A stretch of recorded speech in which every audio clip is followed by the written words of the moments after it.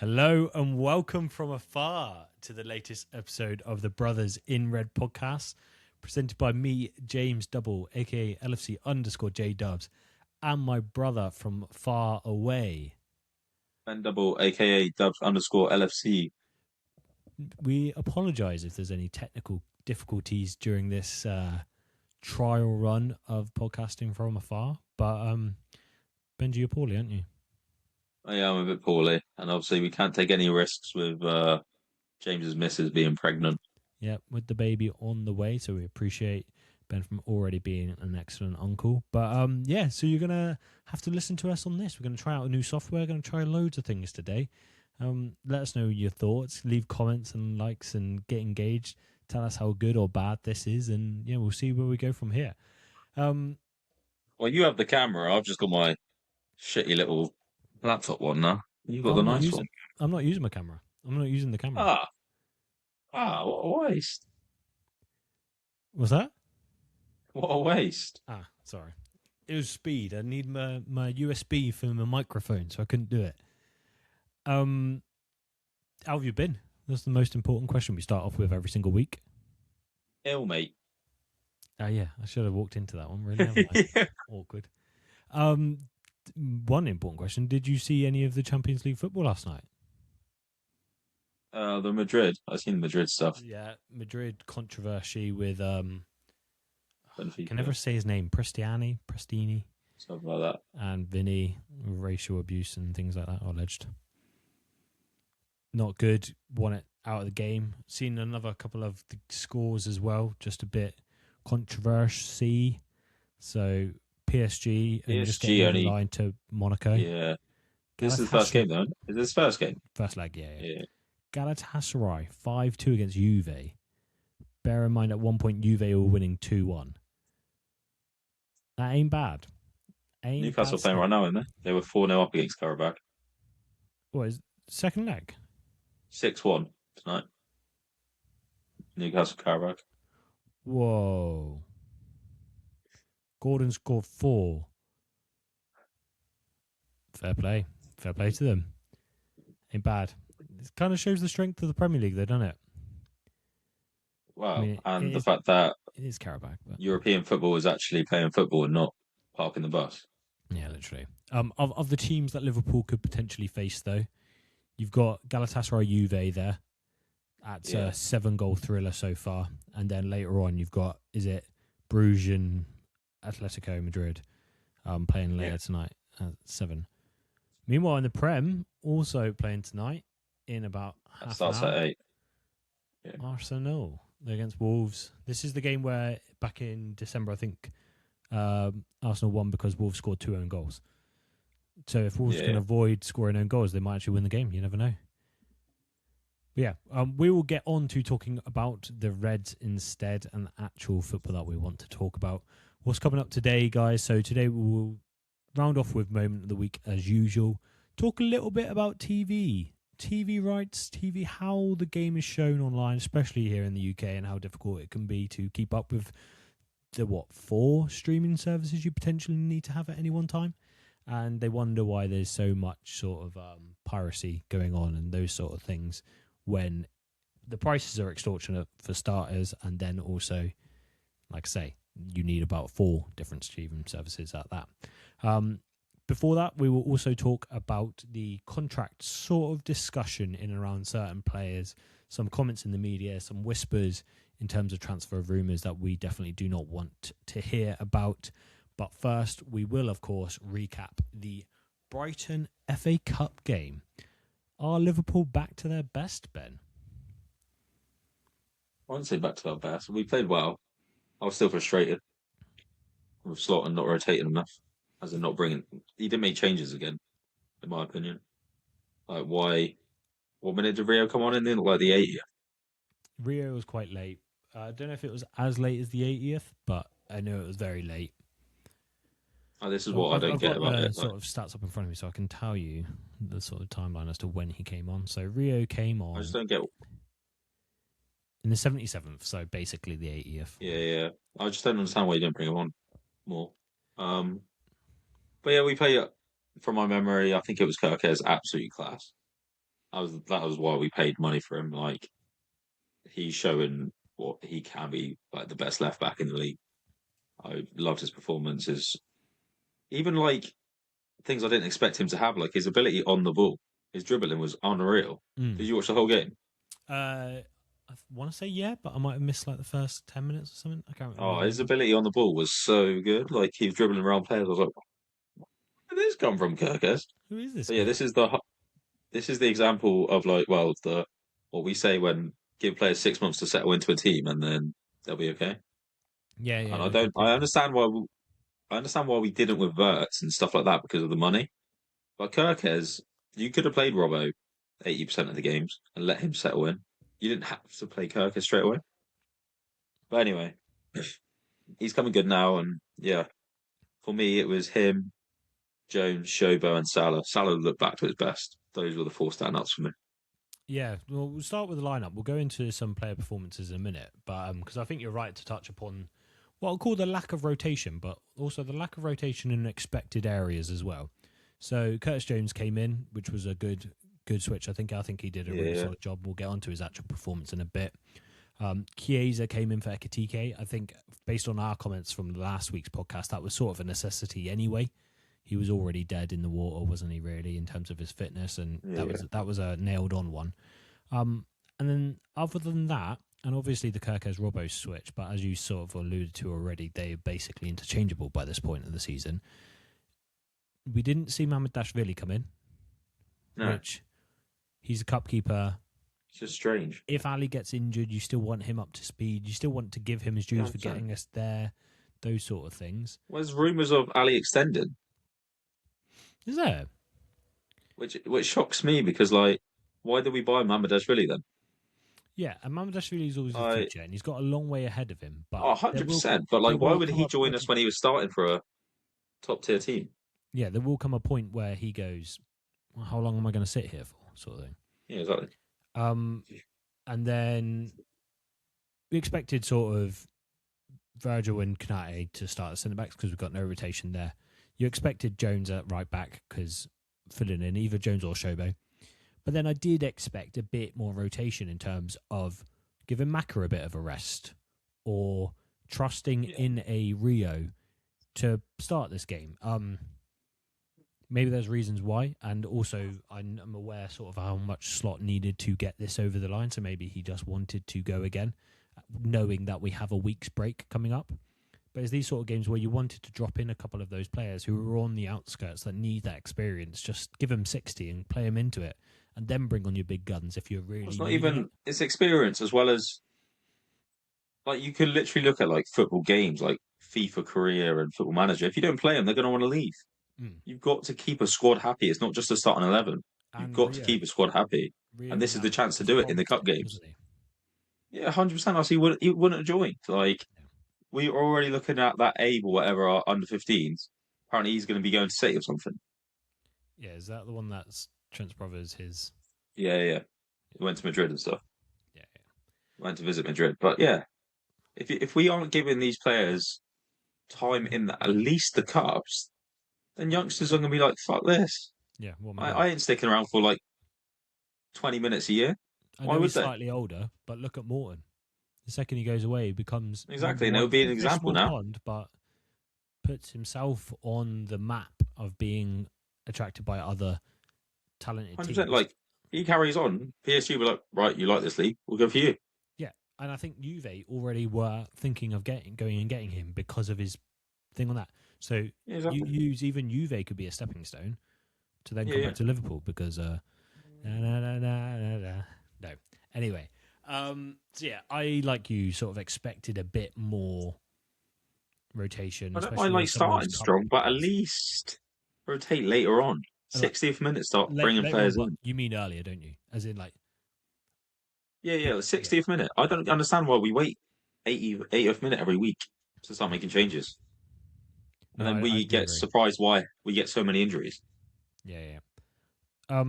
Give a quick recap of the actual game there. I think other than one or two maybe wobbles from Trying to think of Ali, I think goals. one of them was Remember the he. Shobo goal?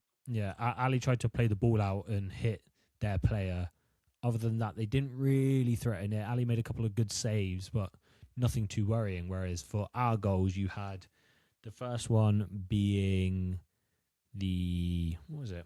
I literally got the notes here.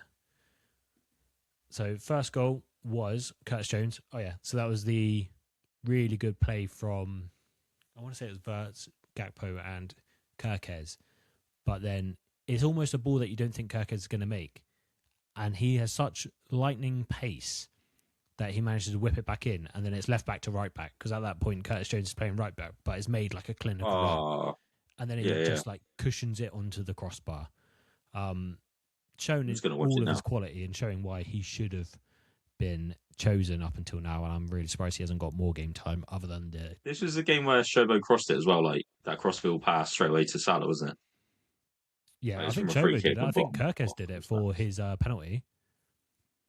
Yeah. I really love Shobo's goal, and like the one touch from Salah, just nice off to him and just buried it first time. Like, it was so good. I think Dad. But Shobo, you think what?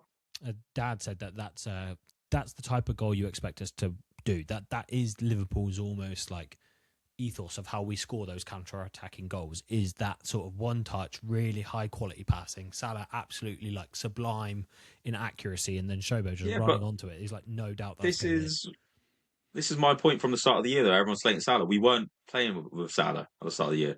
We were avoiding that right side. We were going down left the whole time. But now, as soon as we're getting him involved again, we're scoring those goals. I think I've seen a heat map on Twitter. Someone did like, and how many possessions, how many touches Salah had of the ball in the first like X amount of games compared to how many he's getting now. And it's like night and day clear. Like, just get him involved and he'll create. Yeah, there is a world where the recent games have played into our favour. Brighton aren't a team to do a low block, and they allowed that to happen. And that's been like, out of the last 5 games, I'd say 3 of them have been sort of that ilk of actually playing football and allowing it to happen. When we can play football, we don't do it, and we have to take the chances. But yeah.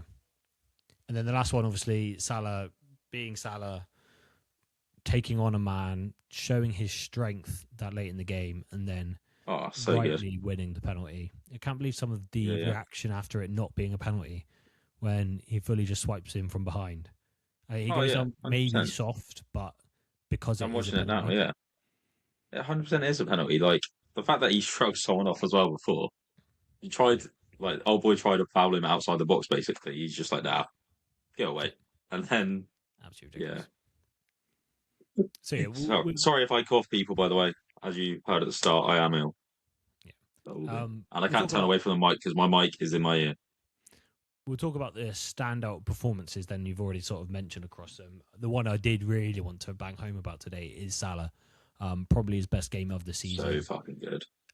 Hold up play, ability to take on his man, strength, and now you see him almost, I feel like he's almost wisened up to the, Verts is that good? Yeah, cool. I'm playing with Verts. Me and Verts are going to do this together sort of thing. It's so good. Their link up is a joke. And I think the people you named, so who do you say? You said Shobo, Jones, Salah, and the 4 that stood out, and those are the 4 that stood out for me that game. And then, and in that, and that's absolutely fine because I don't disagree with it, I think you're starting to see Verts already fall foul of the Virgil van Dijk effect. But yeah, 100%. Verts doesn't count because Verts is that good. He's been our most consistent player this year. Like, he constantly plays good, and yeah. And then I completely agree with you in terms of pulling out those names. I think Maka did a job absolutely fine. Really happy with him finding his form again. And then the only other ones I'd add in, other than obviously Ali making the saves, Virgil being Virgil, is Ibu. Ibu's form and what he's found himself back into now is just next level for me. And if we can keep this up and those individuals can all perform together, you've almost got the best part of a spine where if you bring Ekatike in with a bit of fitness, we could be laughing with that. Yeah, I agree. Do you think that the clean sheet in this game psychologically can do wonders for us, or do you think it doesn't really matter? I don't think it matters. I'll say in other games maybe, but I don't think in this one it matters as much. Like, they weren't, I don't know. A clean sheet's always good, isn't it? But I don't think it's going to affect us mentally as much as some people might say. I feel like 6 months ago, I'm saying 6 months, I haven't even done maths, 4 months ago, whenever we were in that really bad spell, the Ali deflection goes in. The time that Ali passed out and went straight to a Brighton midfielder, they shoot and it goes in. Some of the saves take a deflection and go in, whereas it just feels like it's starting to click for us, and it's really positive that we're getting over the line. Any complaints about it, or any other than we've already sent the rotation and the using of the subs? Anything we need to think about and learn from that game, or do you think it was sort of, keep it positive? It was mostly a positive game. Yeah, it's mostly a positive game. I've been negative. I'm not a negative person, but I have been recently. Like, it just needs to be the league. Like, it's all well and good playing, like, beating Brighton 3-0 at home in the FA Cup. Would we do it in the league? Like, we don't know. It could be a completely different game kind of thing, and we need to do these kind of performances in the league. Yeah. If we can go on a run now, that's actually one question I'll just ask you now. Quite a lot of pressure on Slot from the fan base and the wider footballing community in general. If he went on a run now, we secure top 4 and we win one of the Champions League or the FA Cup, do you think it's sort of all under the carpet and zero questions? Not under the carpet. Zero questions about him staying next year? No. I think he stays next year, but I don't think it's brushed under the carpet. I think it's more on the edge of the carpet, still staring at him. If he has another bad run, he's gone. Right, okay. I think that's what will happen. Like, as we said at the start of the year, the whole Jota thing, many different aspects of this year, people getting frustrated with how slow we're playing. Obviously, he's had to deal with injuries. As I said, Jota again, like, hang on. Sorry, guys. As you can tell, I'm ill. Yeah, right. We can't wait for you to listen to this with your headphones in and just hear. Yeah, I know. I'm going to have to HD sneezing. Yeah, I will probably edit that one out. Anyway, what was I saying? Oh, so yeah, I think if he can get top 4 and win one of them, he gets next year. Next year, there's no excuses. Next year, like, injuries, even if we have injuries, why are they getting injured all the time? Like, why is Frimpong all of a sudden clean as hell injury record, getting hamstring injuries and groin injuries all year? Why are we doing this? Like, what is happening behind the scenes for this to happen to our players? Some of them are impact. Isaac's coming back. His was impact. You can't do anything about that. Conor Bradley landed on his leg. Can't do anything about that. But the muscular ones, we just seem, obviously some of it's going to be unlucky. But I think next year, if he stays, there's no excuses. For me, the whole Jota thing, we have to try and brush under the carpet next year, as in, like, mentally. I read somewhere it's going to be another big summer of ins and outs. Yeah. So, which I don't know. That will segue nicely into our next section. But before we go there, you mentioned about the fitness thing. The only caveats I'd add on to them is if you look at Kirke, has not really had any of those muscular injuries, very vetted in the Premier League. The ones where you're seeing it is your Ekatikes, your Frimpongs. Yeah, 100%. Your non-Premier League players that have come in and we've used straight away and they've gone bang. Well, we've used them straight away. This is the issue. Yeah, I completely agree. And some of them is decision. Your Kirke's point, very valid. Some of them is forced, e.g. Conor Bradley. Not recently, but the first time. I was about to say, like, Ramsey. Yeah. He's just, like, this is the issue I have with Slot as well. Not as soon as he doesn't trust a player, he won't play them. Yeah. Like, he's played once for us in the League Cup. Why aren't you giving him another go? Like, I struggle with that quite a bit because I thought he played really well in the League Cup. Got a bit of a knock. And now he's just on the bench and we're playing Endo at right back. Yeah. Why? What is the point in doing that? I agree with you of that. And I agree with you from the point of view of if ever you think about Klopp's greatest things, the ability to hype up a player so much and 100%. Prove their ability, because they are good football players at the end of the day. They've made it this far. To then play the Moneyball game for Michael Edwards so that he can sell them at a price that maybe at that point they're higher than they're worth, but future is actually value. That only comes from playing them and trusting them and hyping them up rather than sort of subtle backhanded criticisms that kind of seem to be happening. The only caveat to it I wanted to add as well, because the Calvin Ramsey one is one that I fully do sort of surprised about, is the Chiesa one, because I don't think Chiesa had a good game. No, to be fair, I have said this about Chiesa before. I said 90 minutes, it doesn't suit him. It doesn't suit him starting. It suits him coming on off the bench. Rio, on the other hand, I would start Rio. Like in these kind of games, you could give. I would have rather started Rio than Chiesa this game. Yeah, I would have started both just because it's rotation and fitness Yeah. and other things. But I don't mind what you're saying, and it gives him the experience. I genuinely believe Rio is to be slightly deprecating 70% of the way their player already.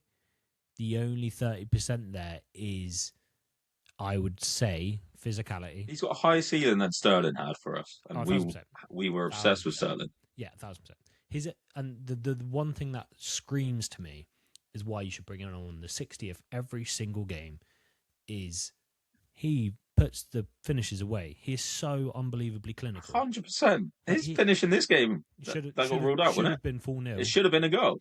Yeah. Just ultra clinical. Give him a sniff. Newcastle. Yeah, all right. I'll put that in. I'll bury it. How old is he? 16? 17 now. 17 now. Like, how many 17-year-olds are doing that? No, not many at all. And if they are, they're considered the elite. They play. If they're doing that, they play. Like, you see what for Arsenal, the Max Doman that plays. These kind of players are playing. Dalman, and Rio knows 100%. Rio knows he's like O'Reilly. They all started playing. Yeah, absolutely. Oscar Bob. Yamal, even if you want to go as much to probably generational talent, but Yamal, he's been played, got played for Barcelona. He transformed the Spanish team. If you give them the chance, they might show you why. There is a world where I will say Rio doesn't have the physicality for the Premier League. He needs to learn. But we haven't seen enough of him. Build up, and he needs to grow into it. Play him 20 minutes a week, and he'll learn it. Exactly, and he'll also learn how to cope with it if he can't do the physical work. And you look at that. There's only so much you can get from training. Yeah, look at that. Wirtz has learnt the league now. I think he's now got it on strings. He's literally like, I know how to win the duels I need to win, and I know how to, if I'm going to get bodied, essentially play in a different way so that I can control the game in a completely different way. But yeah, that was the one point I wanted to say about Chiesa is sometimes you can see why Slot has made the decisions he has made, but it doesn't mean he's right all the time. We'll move on. We'll use that as a segue into the contract talk because you did mention a lot of ins and outs to be coming in the summer. Yep. We'll start with Virgil's post-match interview after the Brighton game, sort of talking about Konaté's contract, saying he's vital for us. I hope the club and him can find a solution because we need him for the long term. It's quite a short statement there, but we need him for the long term shows Virgil's intention. This isn't his last year. He's not going out the door. Well, no. Virgil won't go this summer. Virgil will either go free or I can see him extending again. If he stays at this level, why would we ever get rid? Yep. I completely agree. Especially even if you want to go as far as the training for the likes of a Leone and I forget his name, the jacket. Like, say if you're putting yourself in Virgil's shoes, say next summer, not this summer, you're coming towards the end of your career. Would you rather just stay at Liverpool, start to get reduced hours, but you know your worth, your leadership, you're there for these youngsters? Or would you go to a second tier, top league somewhere? Do you know what I mean? Like a bottom half table. Like the only other thing is America or Saudi. He might be, but I don't think America could sway him just because it's the lifestyle. No, I think America could. It is the lifestyle over there. And all that sort of stuff. Yeah. He would love to go live in LA. He would, 100%. Yeah. The only way I think it goes another way rather than that, I don't think he goes Saudi, but I think he might go LA in America. The only other way it may go is, and I don't know his career this well, is go back home to your first club and play for them. Yeah, I think it's Feyenoord. Something like that. No, it's not. It's not Feyenoord. It's the other one. I know the kit account. Not Ajax. No. So Virgil's staying around, and the way he's talking about this situation, for me, screams that Ibu is not saying I don't want to be here, which we've kind of alluded to the whole time. We've said it the whole time. We've said he just wants to be paid what he's valued. But the media would have you think Real Madrid's in his ear. He wants to go there. Blah blah blah blah blah. Whereas That's Madrid media, though. This is less of a project thing, and this is more of a I want to be valued thing, which is what we've sort of said. If that is the case, and it is as low as 200k, I don't know what the number is, but you give him it. Ibu's currently a top 5 centre back in the world, in my opinion. On his day, he went through a bad spell of form. Spell of form, but if you look at the last 3 games, that is Ibu for me. Yeah. Other ones is I saw today Alexis Mac Allister rumour for United. Yeah, I don't know where that came from. No, squashed by sort of nothing advanced. It's been heavily squashed so far. I don't see that happening. Yeah, but like, what do you mean heavily? Like, but like the squashing wasn't written off. No. This is what I don't get. It was a weird one. I don't know. I don't get it. I don't think we'd ever sell to them either. So, no. Why would we sell Alexis to them? No, we wouldn't. Like, in my opinion, the reason we get rid of Alexis is because we don't think he suits the Premier League anymore, which is what I get this feeling of when he's not playing well. He's had a couple of good games, but I feel like he's not fast enough. I feel like he's not fast enough for the Premier League, and that is why we would offload him to get someone in like Wharton. But we still wouldn't sell to United. Like, no matter what, we are not going to sell to United. I only see he's still a class player. Team, really. Yeah, he would be perfect for Madrid. Absolutely perfect. He would be their Modric. This is what I don't get. Like, and speaking of Madrid, Modric, Cruz, those type of players, that is like, you sit Mac Allister in the middle all the time in the world, he's going to be class to them. Yeah. Speaking of Madrid is obviously the Shobo discussions and the who came out? That was always going to happen. Yeah, who came out last week though? The Hungarian national team coach, apparently. That was it. But it's all quoted from Marca. Yeah. So Marca go probing. Spanish journalists go probing to players that they want hometown, home teams, and fucking pro. All they do is try and get quotes. And it was probably just a talk with a national team coach about how Shobo's always rated Madrid. What youngster doesn't know Madrid's good when you're growing up? Yeah. Like, this is what I don't get. If you're like, this is the other thing. Like, if you're not from England, you rarely have someone that goes, oh yeah, my dream, like, this play for them. In Germany, it's Bayern Munich. In England, we'll go for the big clubs, Liverpool, United over here. Spain is Barca, Madrid. But most of the rest of the world will be Barca, Madrid because they are the top tier clubs. They are the ones that get most visual. They're the ones that the stars, and they get all the money in. And yeah, obviously it's going to have happened. It could have even been like, oh, who do you want to play for when you're older? Oh, I want to play for Madrid. It's just what you set your sights on. Like, and it was always going to happen, I think, as well, because of the whole Trent thing. But yeah, and these conversations feel like they keep happening more and more to us. And whether it's the type of player we go for, so that when they grow and get to the point you want to keep them even more, is the point that they want to move on for their own personal, I don't know, growth. Or do you think we need to get better at being a bit more proactive? I'm just thinking right now about the whole 100% proactive. Saka signing a 5-year deal at Arsenal. That's literally put. We should sign like Shobo needs to be writing his contract right now. Yeah, which I think captaincy is rumored as well. It needs to be captaincy. Give him captaincy, 300 rising to 350k, whatever, for the next 6 years. Why not? As soon as Virgil goes, you're captain. Okay, yeah, fine. When you said that, I was like, you're not saying take captaincy off Virgil right now, are you? No, not at all. Because I see Robert go in the summer, so be like your vice captain, and then yeah, completely fair. Anything else contract wise and squad wise that you wanted to raise before we move on? Any other rumours? Any other things that you've heard or noticed? I think in the most part that is it. You can imagine who. Let's frame it a different way then. You said lots of ins and outs. We won't refer to any ins at the minute because I think that will be opportunistic and it'll let the market play out and see what we need. Who do you think is potentially an out this summer? Well, have you seen? So I'll say one thing. Have you seen the whole merry-go-round with us and Bayern again for right wing? No. So apparently Liverpool's ideal replacement for Salah is Elise. But Elise won't come to us if we don't get Champions League football. But then if Bayern up their contract, apparently it's in his contract now. If they up it by a certain time, he keeps it and the release clause doesn't activate. But if it doesn't, a release clause activates and we can go for him.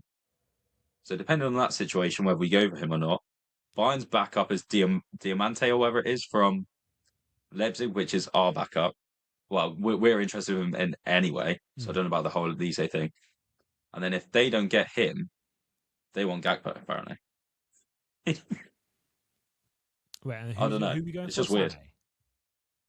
No, Elise. Elise. So if Bayern Munich don't offer him personality, isn't he though? Apparently, it's in his contract that if they don't up it by a certain time, a release clause activates that he can leave. Okay, how high do you reckon that is? How much would you pay for 300k? I reckon. 300k. Yeah, but no, as in, but I reckon he signs cheaper somewhere else.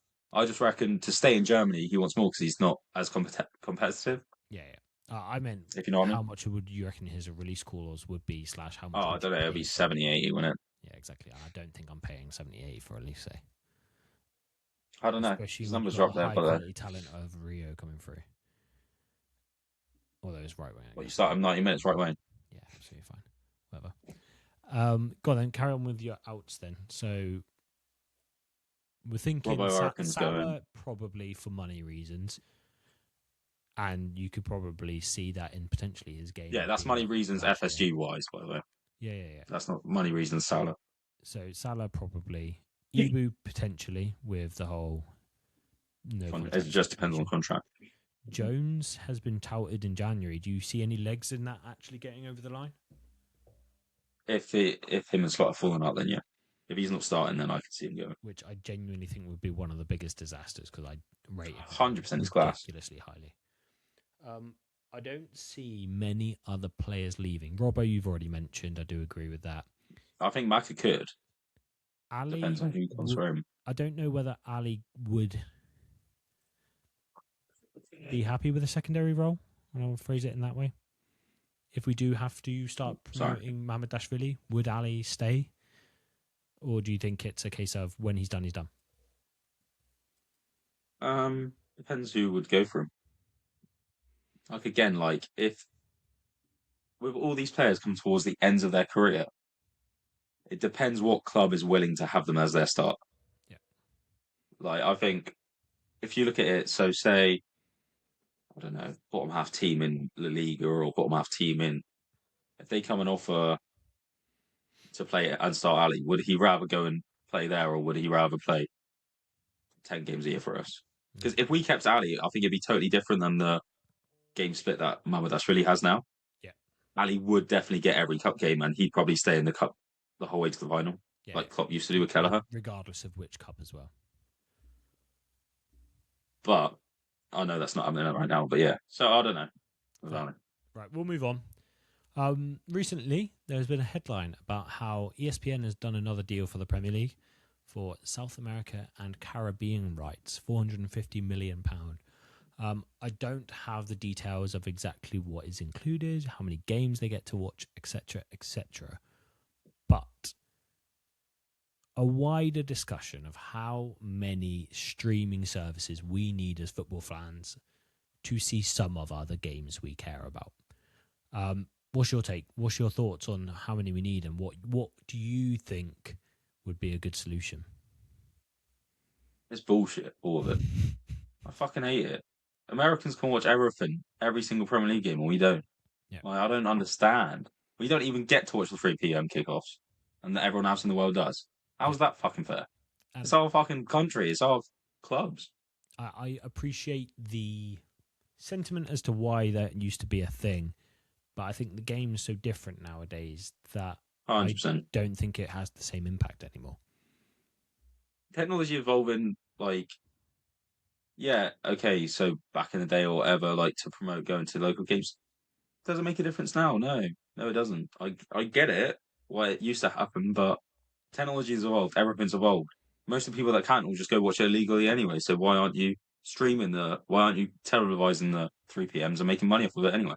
And Right. it's the whole point of cracking down on that streaming and wondering why piracy can be so prevalent, sort of in the UK, and then realizing what you need TNT, which is probably at Yeah. least £15-20. You need Sky, which Sky Sports is probably 30 going on. You need Amazon, which is another tenner, and then that's assuming there's no others. And every now and then another one is there that you need something else. The fact that you're already at 3, you're already paying that much to watch games, and that's a month. Bear in mind, you might get, because you said about the 3 p.m.s, let's say it's a good month and you're Liverpool rather than a Wolves, for example. Say you're Yeah, Liverpool 100%. and you get 6 games that month. You're paying £60 a month. You're paying £10 a game. Watch at home. And that's on a good month when you have lots of games to watch at home. Mm-hmm. Whereas overseas, one broadcaster, very cheap often, every single match, every single team. For someone like a Wolves, they may only be on, they may have 6 games in a month. One might be televised. And then what? So that Wolves fan has to pay £60 a month, £60 a game, basically a ticket for a match. It's ridiculous to me, and I'm really surprised in the modern world we're in, there's not something that's been changed. Like Premier League TV, for example, its own streaming service. It's got its own fantasy football league thing now. I don't understand. Oh, yeah. Sorry, carry on a minute. No, I was almost finished, so you carry on. I was going to say, I don't understand why they don't sort out something. I know splits with, like, the whole streaming, like, Sky Sports, they want money, BT want money, all this kind of stuff. But why aren't every Premier League team putting their own streaming service on for every single one of their games and then they split it up? Like, do you know what I mean? I almost use Sky as like a provider. Like you run it through, you pay a subscription to Liverpool. LFC Say LFC TV, we pay £100 a year, but we're able to watch every single Liverpool game, Yeah. kind of thing. And then whoever's on that game, like Sky, still get like a percentage of that money, if you know what I mean. And yeah, I don't know. I just think it would make most sense. Like run it through the clubs, and then the clubs get money out of it as well, anyway, which they do anyway because the streaming service. And that's what I'm thinking is there's got to be a model where you have that. You have, I don't know, you pay for your team, so you don't have to pay for every single, like you say, every single streaming service. You pay for your team. Because some weeks, we're paying for Sky and Liverpool aren't on Sky. Yeah. So like the negative of it, which is where they're like, well, what's in it for them? The negative of it is the people that are paying just for their team don't get to go and watch Man City United. Don't get to just casually watch the other games. they got to pay extra, but yeah. And it's an optional, but it's probably one that would be uptaken quite a lot, I think. And then you'll have the additional revenue from people that do just genuinely like to watch all football. Yeah, and you pay a certain amount to get every game or something. Yeah. And I don't see how it would reduce revenue. If anything, it would increase it. And it would increase the global brand, and it would increase knock on even to T-shirt sales and things like that. Just because if you make it more accessible, more people buy in and more growth, essentially. Anything to add on to that? That was sort of a short segment there, but just a quick one. Just about No, it is frustrating though. Yeah, and I think it's been an issue for a while now. I can only see it getting worse, but yeah, especially blows my mind how like on Disney Plus you can watch most like La Liga games, for example, one streaming service, most of the league, and it's just all on there.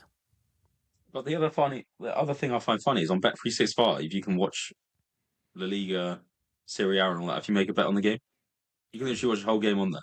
Yeah, I didn't know that. it's mad.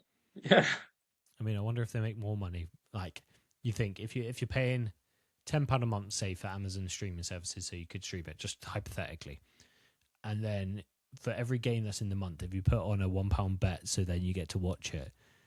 Yeah. Should you just have paid for the Amazon? But you got to win money. You could win the money back. It's Yeah, actually exactly. a gamble to pay for the game, and if you win your odds, you don't pay anything. I think it's a great idea. We'll move on. I got just a quick game, just to get your bait going. We're going to play a game of overrated, underrated, based on current form only. Okay. I'm going to go for.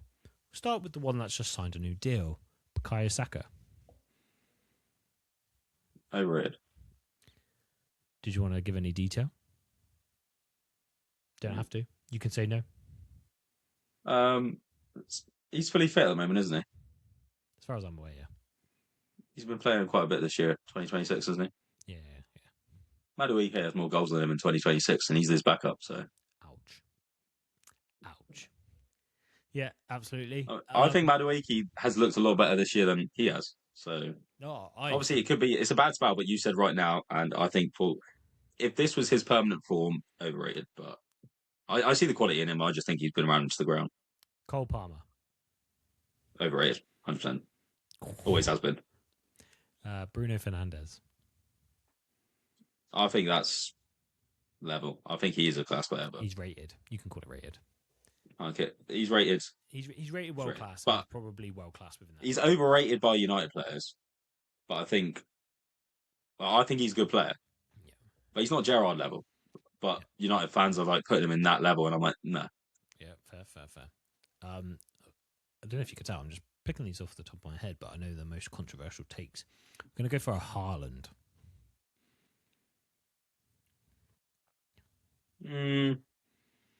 That's a hard one, that is. But like, so this is our argument that we've always had, like, not argument, like debate. The thing I have is the Mbappe versus Haaland is the same as Messi versus Ronaldo. He's not fun to watch, so I don't enjoy watching him. But he's a good player. Like, so rated for his footballing ability, I think he's overrated. For his goal scoring ability, he's just rated. If a team's not playing for him, like, he's the type of player. I don't think he can be underrated because of how highly he's rated. Yeah. The only thing he could be is overrated at a detriment to that. And I would agree with you of he's rated. If you're calling him a football player, he's probably overrated. Yeah, literally. His footballing ability is overrated, but his finishing is rated. Do you know what I mean? Like his general. He doesn't create something from nothing, basically. Harvey Elliott.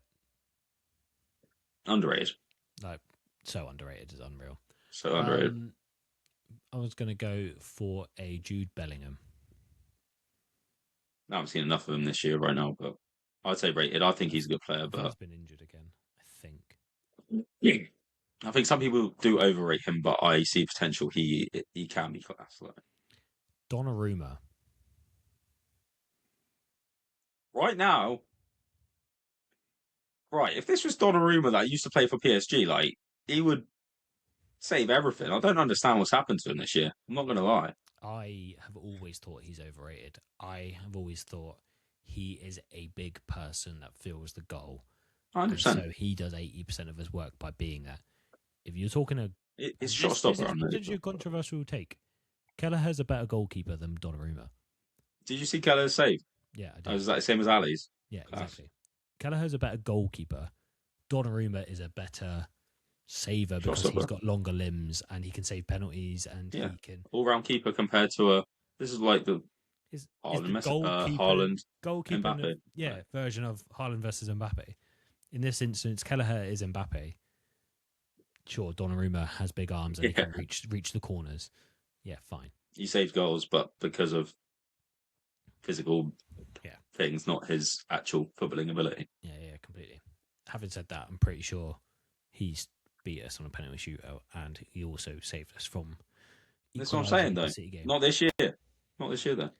Well, yeah. In the City game, he obviously saved Mac Allister's shot, didn't he? But yeah. Well, I think Verts. Underrated. By everyone or by Liverpool fans or by? Not by Liverpool fans. We all see it, but the rest of the world don't realise how good of a player this guy is. because they'll. What really frustrates me about football fans is they only watch their game. So say we're United fans commenting on that, they only watch Liverpool United, so they only see him for that 90 minutes, and then other than that, they don't see him, and other than highlights. Yeah. Or they'll see, oh, he hasn't got a goal and assist. Must have been shit that game. They don't see every single little detail of every single minute that like we do. Yeah. And I understand it's the same for me on other players. I try and watch football when I can. If it's on, I'll put it on the background. But I feel a lot of players are just social media is rage bait as well. I know it is, but I seriously think people are underrating what this guy is about to do to this league. I was going to say Gabriel, and I thought I'd just check the Arsenal score. Overrated. Have you seen the Arsenal score? Overrated, 100%. No, please say it's 1-0 to the other team. It's not 1-0 to the other team. It's 1-0 to them. Do you know who scored? Gabriel. No, it's Bukayo Saka. Yeah, so go back to your Gabriel point. Overrated. Saliba? 100%. Saliba's more, I rate Saliba more than Gabriel. Is Gabriel overrated by everyone? Or by Arsenal fans? By everyone. Everyone? 100% everyone. The whole, even the media, like bringing out like Saliba and Gabriel like best Premier League duo of all time, like trying to bring him into conversations. No, it's just no. What? Yeah. They defend well as a team. They place 3 CDMs in front of them some games. Like, how can you not defend well when you've got 3 CDMs in front of them? Yeah. Like, 2 more, and we'll close up shop. We'll do moment of the week, and we will finish the pod. Declan Rice. Overrated. And Lamine Yamal. We'll close off with that one. Rated. I don't think he's under or over. I think he's class. Enough hype and worthy of that hype. Mm-hmm. Cool. Right. Moment of the week. Do you have a moment of the week? We have hopefully a nice one to choose from. Kirkes. I'm going Kirkes. I love how moment of the week was designed to be a singular moment that brought you joy or you thought was incredible, was amazing. I feel like you've resorted to just saying like names. 2. I feel like Kirkes had 2. I can't say anything but Verts. Kirkes' dummy in the box when he sent 2 players to the shops for a hot dog. That was unreal. Hot dog, nice. Okay. Have you seen the dummy or not? I don't think so. Did you see it? I don't think so. Oh mate, he sent them flying. He sent them Tesco's.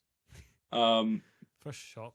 And then the other one was like La Croqueta around the player as well. Like this is what I meant by his dribbling. Yeah. He got fouled from it, but like he took it around for one player and then La Croqueta'd around another, and I was just like, where has this been? And then obviously his assist. So like, yeah.